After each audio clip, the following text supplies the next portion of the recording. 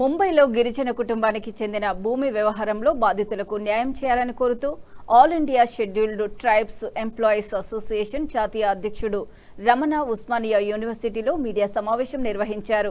ఈ సందర్భంగా ఆయన మాట్లాడుతూ డెవలప్మెంట్ పేరుతో తీసుకున్న భూమిపై ఒప్పందానికి ఉల్లంఘించడమే కాకుండా బాధితులకు కులం పేరుతో దూషిస్తూ బెదిరింపులకు పాల్పడుతున్నారని ఆరోపించారు.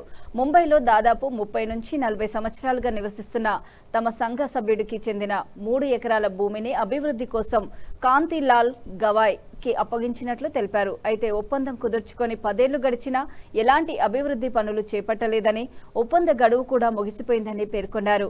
ఈ విషయమై భూమి యజమాని గౌతమ్ నిశాంత్ పలుమార్లు కాంతిలాల్ గవాయ్ని ప్రశ్నించగా కులం పేరుతో అవమానిస్తూ దూషించాడని ఆరోపించారు.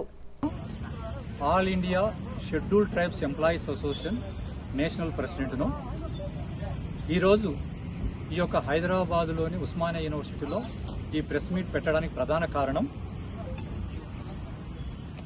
బాంబేలో మా అసోసియేషన్ మెంబరు, మా తెగకు చెందినవాడు గిరిజనుడు అక్కడ నివాసం ఉంటున్నారు. వారు దాదాపుగా 30-40 సంవత్సరాల నుంచి అక్కడ ఉంటున్నారు. వారికి 3 ఎకరాల పొలం, అక్కడ 3 ఎకరాల స్థలం ల్యాండ్ ఉంది. దానికి కాంతిలాల్ గవాని గారికి డెవలప్మెంట్ కోసమని ఇచ్చారు. దాదాపుగా 10 సంవత్సరాలు దాటిపోయింది, ఇచ్చి కూడా 22 ఇయర్స్ అయింది. కానీ ఇంతవరకు డెవలప్ చేయడం లేదు.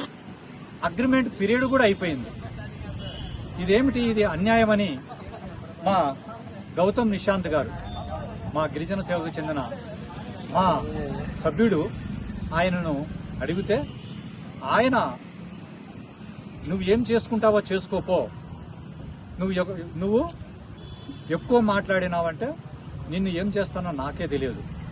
నువ్వు ఆఫ్టర్ ఆల్ ఒక షెడ్యూల్ ట్రైబ్ సంబంధించినవి, నువ్వు అలాగే ఉండు, అంతకు మించి రాకు అని ఇంకా క్యాస్ట్ పేరుతో తిట్టడము, నేను చంపుతానని బెదిరించడము, మాఫియాకు చెప్పి నీ అడ్రస్ లేకుండా చేస్తానని చెప్పడము, ఈ విధంగా ఆయన చాలా అంటే చాలా ఇబ్బందులు పెడుతున్నారు.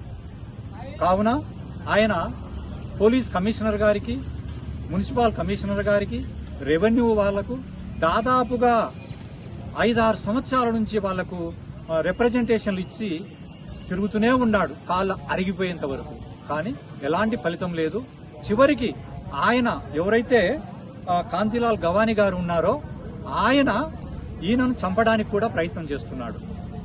కాబట్టి ఆయన ఎన్ని రిప్రజెంటేషన్లు ఇచ్చినా ప్రభుత్వంలో చలనం లేదనే ఉద్దేశంతో national commission for schedule tribes మన జాటోత్ హుసేన్ గారి దగ్గరికి హైదరాబాద్కు వచ్చి ఆయనకు మొరపెట్టుకుంటూ పిటిషన్ ఇవ్వడం జరిగింది.